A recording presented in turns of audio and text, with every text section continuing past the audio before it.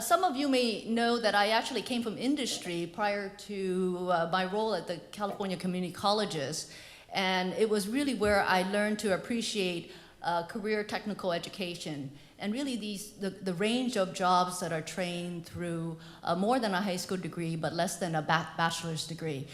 So, you know, in the middle of the night when your power lines go out, who do you call? And I actually was at a training center where I was given the opportunity to touch a live power line, which you should not do.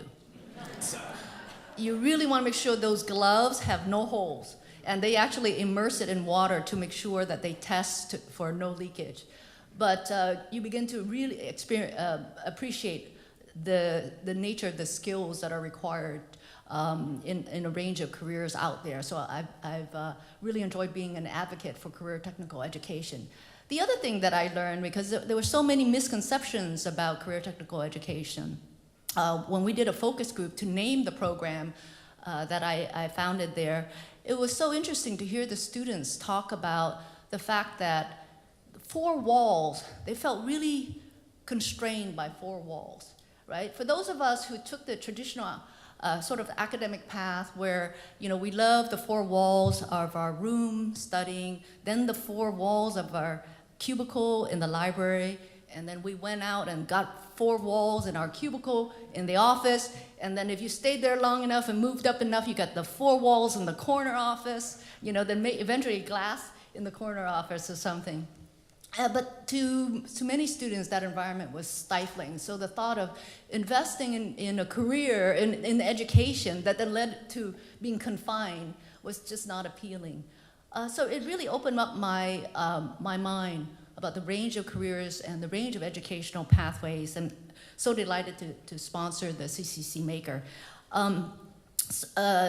Excited enough that we were able to really be able to seed risk, right? To seed risk and experimentation within the community college system and begin to practice at taking innovation to scale, because higher ed has been plagued with so many kind of onesie, twosie, but we're a system, you know, of 115 colleges, and so could we actually take advantage of our scale?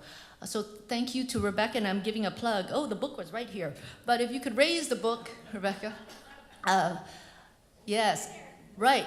In chapter 9, The Power of Collective Action, on page 138, there's a call out to the CCC Maker project. So thank you for featuring the work of California here. We're all called to be makers. It's something that's in our DNA, our blood, our culture. But we somehow have lost touch with that. That consumer culture is calling us. It is getting our attention and telling us to buy things, not to make things.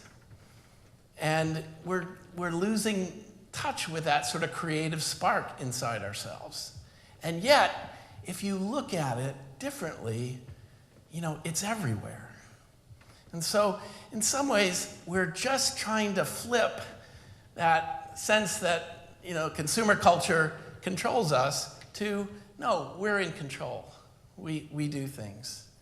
And I think when I see what was happening at the community colleges, you know, in many ways, you are doing something small.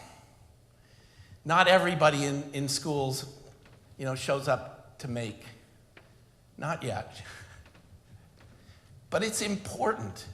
And in some ways, the only way you can start is to start small. When I think of even Vaughn's slide about the acceleration of change, you know, it looks almost impossible that we can influence that, you know, as individuals, you know, to do these 2 important things, which is to create positive change in ourselves and to create positive change in the world. And the question really is, how do we do that? Given the complexity of the world and given that, you know, we don't seem to be in control of that. And I don't necessarily know the answer except that we are kind of like the rebel army, you know? We are a small group of people that believe in this and are inviting more people to participate, and we're sharing something important with them. You know, David Brooks is a columnist, just came out a book called The Second Mountain, and I saw him last week on PBS NewsHour, and he said, you know, he's someone that's followed politics and culture and all these things, and he said, you know, I've concluded that, you know, the only way cultural change happens is that a small group of people begin to live differently and other people copy them. You know? So, you know, each of you in creating a makerspace is creating that small group of people that do things differently, that make music, that make things. And you're inviting other people to come in and participate. And I think this is, you know, really fundamental to creating this kind of change. It's not you know, we're not hyping it. I think it's really grassroots and kind of subtle sometimes, but it is really important.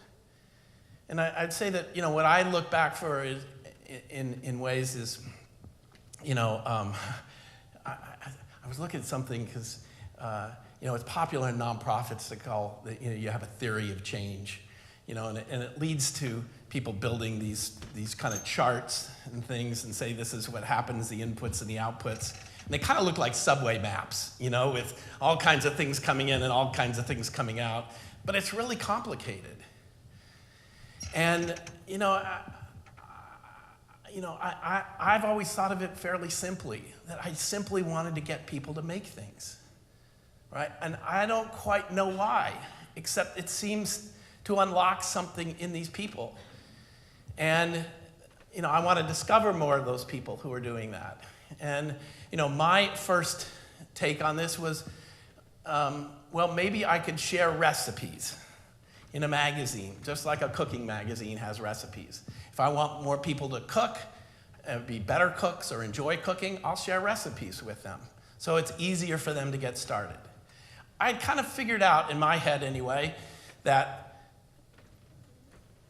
most people didn't know what their world was made of and how things got made. And so when I found someone who did something really cool, something original, I didn't want to just say, hey, you did something cool and original. I want to say, how did you do it? Will you explain it to me?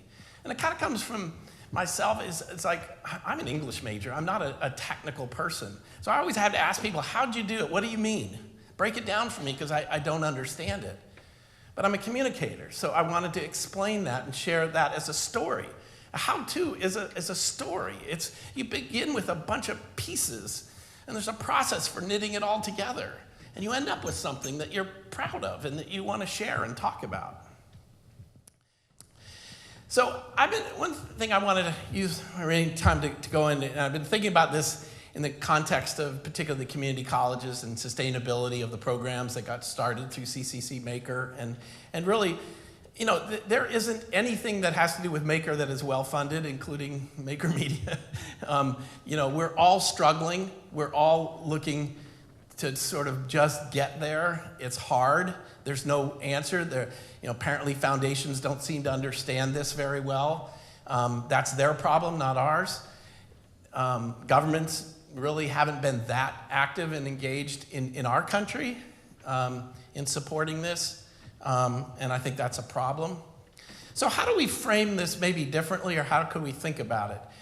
And I want to just really throw out as an analogy today the world of sports for us to think about. And I don't really want you to think too much, at least in the beginning, about professional sports.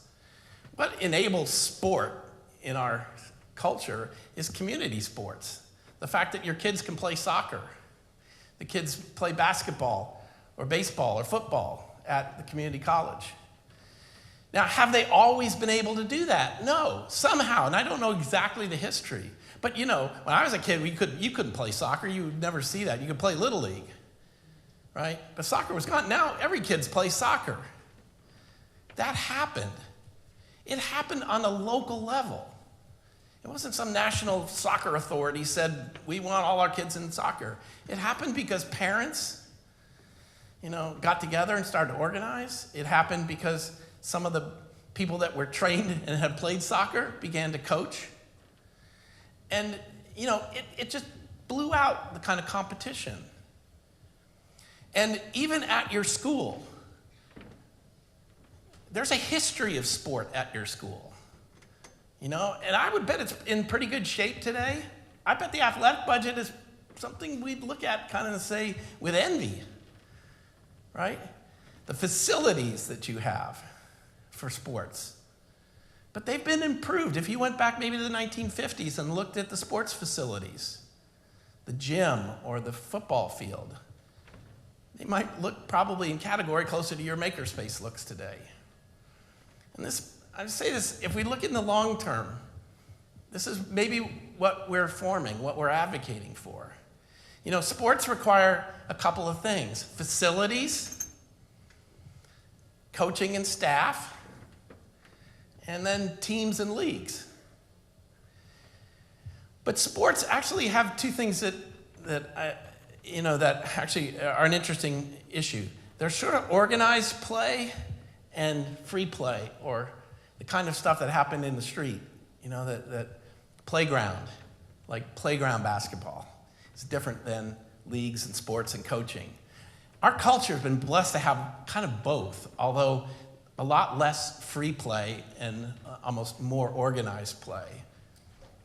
I'm going to sort of ignore that for now, except to say, it's wonderful when kids want to play, right? And to take advantage of that. The fact that they'll go out and shoot baskets on their own, and they get better in doing that, not just because they have coaching, but because they put the effort into practice.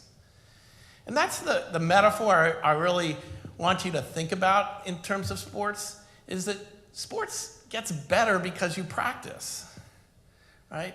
And I don't really want to talk about the games or the outcomes or the performances so much here. It's just think about the coach's role is to help you practice better, help you become, use the time well, so that you grow and you get feedback on whether the things that you're doing are making you better. So, I think that we've clearly made some great progress in broadening access to making over the past few years, but I think we can do more, and we should do more together. So one of the initiatives that I'm working on in my role at Citizen Schools is an initiative called Make for All. And this is actually a collaboration with a set of organizations. So the Arconic Foundation, Digital Promise, Genentech, Maker Ed, Lauren's here for Maker Ed, Nation of Makers, Reimagine America Schools, and Schmidt Futures. And we all know that the individuals who are engaged in maker-centered learning develop the mindset, the skills and experiences that are really preparing them for the jobs of the future and being innovative problem solvers. And so many of the people in this room embody that. And so the goal of Make for All is really, it's an initiative that really aims to broaden access to maker-centered learning. And that's not just across K-12, but that also includes post-secondary and higher education, and as it relates to workforce development as well. So with my project, it was more of, I'm an untraditional learner. I cannot learn very well in a classroom environment. And so the moment I create a project that I have to figure out every part A to Z, I feel like I began to learn. I can't say, go to a class, a teacher gives me a project, that's like playing t-ball. It's all set up for me, all I have to do is swing the bat. You propose your own project. You set up everything for yourself. You learn how to create, how to find the problem, how to solve it. And honestly, that's what this project was about. It was that. And creating a mechatronic system that, we decided that the hearing impaired community was a underrepresented community. And learning languages is incredibly difficult, and American Sign Language, that is a language. Using this as maybe a leeway, sort of a lead-in to teaching children American Sign Language in an interactive manner There's all sorts of things that I got out of this that I felt were incredibly beneficial. I'm the one who had to go out looking and who was able to find the space, and I agree. Our first space was an old city hall that had been abandoned, and we were able to rent it, and then the city gave us the rent back in paying for all the maintenance and all up to the amount that we paid. So essentially we really got fairly free space, and that was good. And then we got equipment. I laugh, about 22 years ago, HP gave my center in Iowa its first equipment. They provided all the printers for that. And I used the HP Life product when we were first starting our online classes. I didn't have any curriculum built, and I met the folks at HP through NACCE, and I was like, oh my gosh, I have free curriculum, and now all I have to do is futz with it a little. It was brilliant. And so what I want to challenge you on, though, is now that you have spaces and you've got some equipment, you can always get more equipment, a great place to find equipment. How many of you looking for equipment have gone to your local banking community that does commercial lending?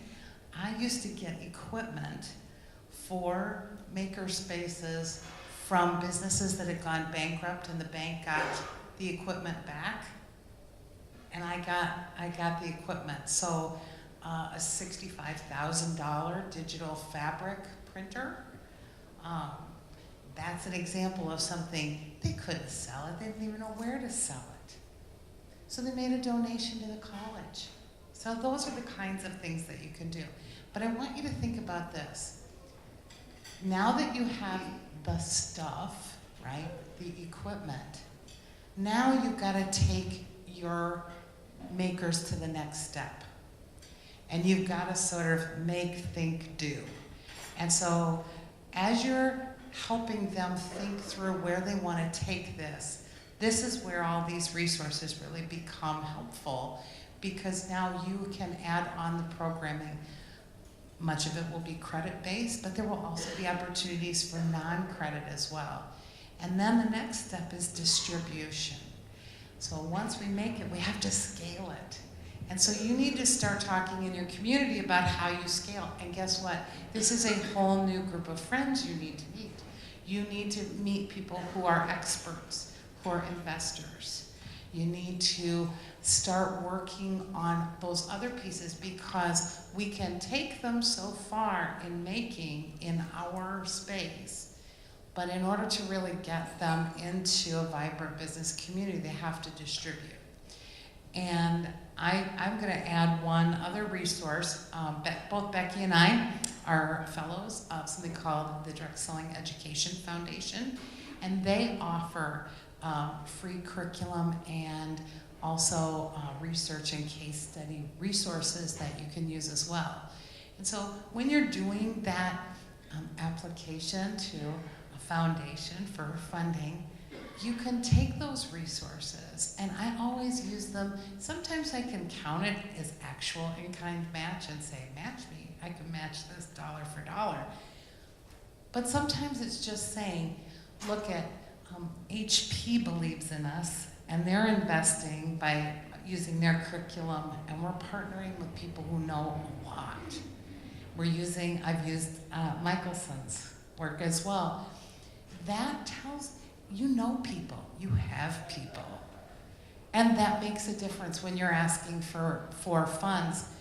And don't be afraid to ask for funds locally. These folks right here are big foundations, but there are foundations in your community, family foundations, and they might not be able to give you $50,000, $100,000, but they might start by giving you $10,000. And you can take that, and you take that $10,000 and you start working up from there. And whatever you do, don't go to your foundation office on Monday and say, you need to find me some money. Bring them a check for $10,000 and say, okay, here's my $10,000. Now let's work together to make that $100,000.